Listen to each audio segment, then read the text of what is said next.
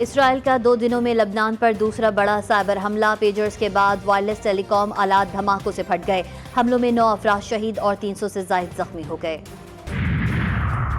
سعودی ولی عہد شہزادہ محمد بن سلمان کی زیر صدارت مجلس شورا کا سالانہ اجلاس، مسلم امہ سمیت دنیا بھر سے 2 طرفہ تعلقات اور مختلف شعبوں میں تعاون کو بڑھانے پر زور۔ شہزادہ محمد بن سلمان نے کہا کہ سعودی عرب فلسطینی عوام کے ساتھ کھڑا ہے، فلسطینی عوام کے حقوق کے لیے آواز اٹھاتے رہیں گے۔ اور army chief general Asim Munir سے روسی نائب وزیر اعظم کی ملاقات، 2 طرفہ تعلقات اور باہمی امور پر تبادلہ خیال۔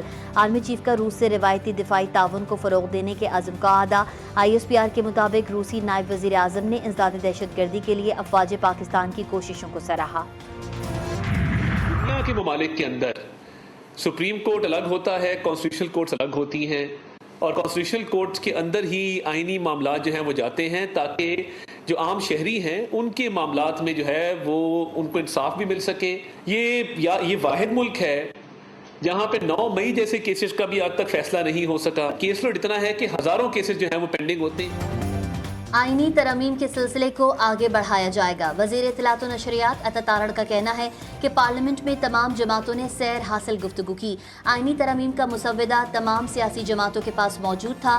دنیا بھر میں سپریم کورٹ الگ ہوتی ہے اور آئینی عدالت الگ ہوتی ہے۔ پاکستان واحد ملک ہے جہاں 9 مئی جیسے مقدمات کا فیصلہ بھی نہ ہو سکا۔ پاکستان روس بین الوزارتی کمیشن کے آئندہ اجلاس کے لیے تیاریاں جاری، باہمی احترام اور مفاد پر مبنی اپروچ سے 2 طرفہ تعلقات مثبت راہ پر گامزن ہوئے۔ وزیر خارجہ اسحاق ڈار نے روسی نائب وزیر اعظم کے ساتھ مشترکہ نیوز کانفرنس میں کہا کہ دونوں ممالک کے تجارتی اور معاشی تعلقات میں اضافہ خوش آئند ہے۔ SCO سربراہ اجلاس میں روسی وزیر اعظم کی شرکت کے منتظر ہیں۔ امریکہ کی ایک بار پھر پاکستان کے بیلسٹک میزائل پروگرام کے خلاف ہرزہ سرائی۔ امریکی ترجمہ میتھیو ملر نے کہا ہے کہ پاکستان سے طویل شراکت داری ہے لیکن اس کے بیلسٹک پروگرام پر خدشات برقرار ہیں اور اس کی حمایت نہیں کرتے، پابندیاں اور دیگر اقدامات برقرار رکھیں گے۔ چینی ریسرچ سینٹرز کی پاکستانی بیلسٹک میزائل پروگرام میں معاونت اور روسی نائب وزیر اعظم کے دورہ پاکستان کا بغور جائزہ لے رہے ہیں۔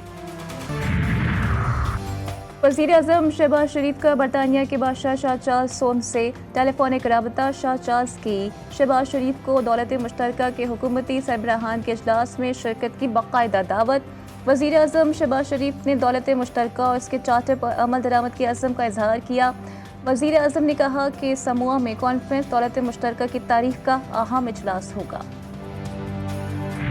اس کیس میں آج 2 اکتوبر کی ڈیٹ ہوئی ہے کیونکہ اس الیکشن کے کاغذات جو ہم نے الیکشن کمیشن میں فائل کیے تھے وہ ابھی تک بدستور FIA کے پاس ہے۔ ہمیں امید ہے انشاءاللہ تعالی یہ میٹر اس مرتبہ سیٹل ہو جائے گا۔ سپریم کورٹ آلریڈی اس مسئلے کو حل کر چکی ہے۔ ہمیں امید ہے انشاءاللہ الیکشن کمیشن اس مرتبہ مزید روڑے نہیں اٹکائے گا اور انشاءاللہ ہمارے الیکشن کو ایکسیپٹ کرے گا۔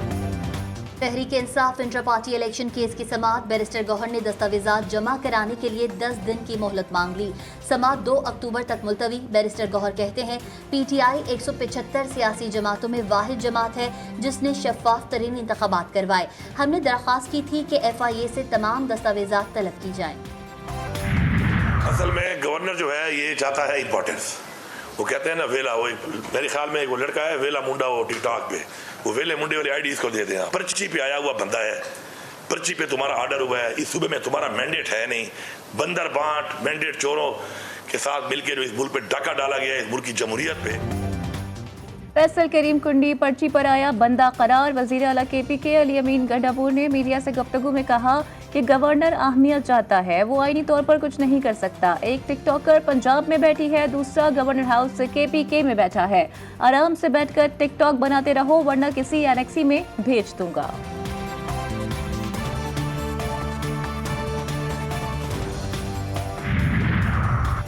وزیر دفاع نے وزیر اعلیٰ خیبر پختونخوا کو ان کا 8 ستمبر کا خطاب یاد دلا دیا۔ کہا کہ محترم وزیر اعلیٰ خیبر پختونخوا گنڈاپور صاحب، آج آپ کی پنجاب پہ لشکر کشی اور حملے کی دھمکی کو 10 روز گزر گئے، 5 روز رہ گئے ہیں۔ اسلام آباد ہائی کورٹ نے ٹرائل کورٹ کو 190 ملین پاؤنڈ ریفرنس کیس کا حتمی فیصلہ سنانے سے روک دیا۔ ٹرائل کورٹ ٹرائل مکمل کر لے لیکن حتمی فیصلہ نہ دے۔ احتساب عدالت میں ریفرنس کے تفتیشی افسر میاں عمر ندیم پر جرح مکمل نہ ہو سکی۔ وکلاء صفائی کی سماعت ملتوی کرنے کی درخواست۔ بیرسٹر سلمان صفدر اور ظہیر عباس چودھری اسلام آباد ہائی کورٹ میں مصروف ہیں، سماعت ملتوی کی جائے۔ عدالت نے کیس کی سماعت کل تک کے لیے ملتوی کر دی۔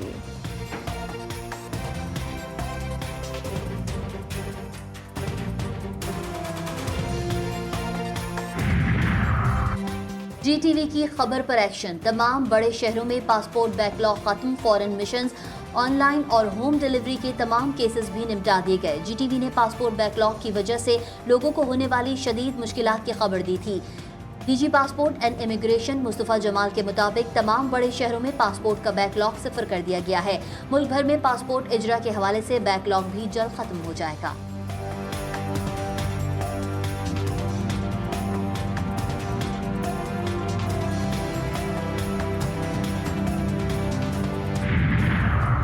پاکستان کے لیے اچھی خبر، اقوام متحدہ نے ای گورنمنٹ میں پاکستان کو پہلی مرتبہ اعلیٰ کیٹیگری میں شامل کر دیا۔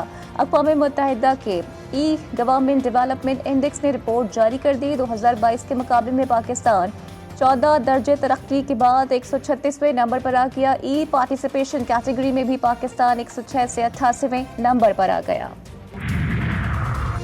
پنجاب ٹیکسٹ بک بورڈ پر بریفنگ لی تو سن کر اوسان خطا ہو گئے۔ 5 سال میں کرپشن کے سوا کچھ نہیں ہوا۔ پی ٹی آئی کے ایجوکیشن منسٹر نے پنجاب ٹیکسٹ بک بورڈ میں 1 ارب کی کرپشن کی۔ وزیر اعلیٰ پنجاب مریم نواز کہتی ہیں، ہماری کوشش ہے لوگوں کو زیادہ سے زیادہ ریلیف دے سکیں، ایجوکیشن کے معیار کو بہتر کرنے میں کامیاب ہوں گے۔ پہلے مرحلے میں 5800 اسکولوں کو آؤٹ سورس کر رہے ہیں۔ فیز 1 میں آؤٹ سورس ہونے والے پنجاب کے سرکاری اسکولوں کے لیے بری خبر۔ آؤٹ سورس ہونے والے اسکولز کو نان سیلری بجٹ استعمال کرنے سے روک دیا گیا۔ تھرڈ پارٹی ویلیڈیشن کے بعد فیصلہ کیا جائے گا کہ نان سیلری بجٹ کہاں استعمال ہوگا۔ فیز 1 میں 5863 سرکاری اسکولوں کو پرائیویٹ پبلک پارٹنرشپ کے تحت چلایا جائے گا۔ الیکٹرک صارفین کو مسلسل ماہانہ اور سہ ماہی ایڈجسٹمنٹ کا سامنا۔ رواں ماہ صارفین ₹2.74 فی یونٹ ادا کریں گے۔ اکتوبر میں ماہانہ اور سہ ماہی ایڈجسٹمنٹ میں فی یونٹ ₹4.33 ادا کریں گے کہ الیکٹرک صارفین سہ ماہی ایڈجسٹمنٹ میں ستمبر تا نومبر 2024 میں ₹1.74 ادا کریں گے۔ افغان عہدیداروں کی سفارتی بے ادبی پر پاکستان کا احتجاج۔ افغان قونصل خانہ پشاور کا وضاحتی بیان جاری۔ قومی ترانے کے احترام میں کھڑے نہ ہونے کا مقصد بے حرمتی اور بے توقیری نہیں تھا۔ میوزک کی وجہ سے قونصل جنرل کھڑے نہ ہوئے۔ ترانہ میوزک کے بغیر ہوتا تو قونصل جنرل لازمی کھڑے ہوتے اور سینے پر ہاتھ بھی رکھتے۔ جعل سازی پر مبنی ای میل حملوں کے ذریعے سرکاری اداروں اور وزارتوں کو نشانہ بنانے کا انکشاف۔ فشنگ ای میلز کے ذریعے دھوکہ دہی پر مبنی لنکس پر کلک کرنے سے سرکاری دستاویز کمپرومائز ہو سکتے ہیں۔ National computerized emergency response team کی سرکاری اداروں کو محتاط رہنے کے لیے ایڈوائزری جاری۔ غزہ کے علاقے رفح میں مزاحمت کاروں نے صہیونی فوج کی گاڑی بارودی سرنگ سے اڑا دی۔ 4 صہیونی فوجی ہلاک اور کئی زخمی۔ صہیونی فوج فلسطین کی دشمن۔ غزہ سٹی دیر البرا اور نصیرات کیمپ پر شدید بمباری۔ مزید 35 فلسطینی شہید، 15 زخمی، بچے اور خواتین بھی نشانہ بنے۔ مقبوضہ جموں و کشمیر میں ریاستی انتخابات کے پہلے مرحلے کی دوڑ۔ 90 حلقوں میں سے 24 میں ووٹنگ مکمل۔ ووٹوں کی گنتی جاری۔ پولنگ سٹیشنز پر صبح سے ہی ووٹرز کی قطاریں لگی رہیں۔ ہزاروں بھارتی فورسز کے اہلکار تعینات۔ وادی کو چھاونی میں تبدیل کر دیا۔ آئی سی سی کے وفد کا کراچی کے نیشنل اسٹیڈیم کا دورہ۔ چیمپئنز ٹرافی سے متعلق سہولیات اور تعمیراتی کاموں کا جائزہ۔ وفد کو نیشنل اسٹیڈیم اور ہوٹل میں فراہم کردہ سیکیورٹی پر بریفنگ۔ آئی سی سی وفد کراچی کے بعد اسلام آباد اور لاہور کا بھی دورہ کرے گا۔ اور نوبیل انعام یافتہ ملالہ یوسفزئی کی تیار کردہ دستاویزی فلم نے ٹورنٹو انٹرنیشنل فلم فیسٹیول میں بہترین ایشین فلم کا نیٹ پاک ایوارڈ جیت لیا۔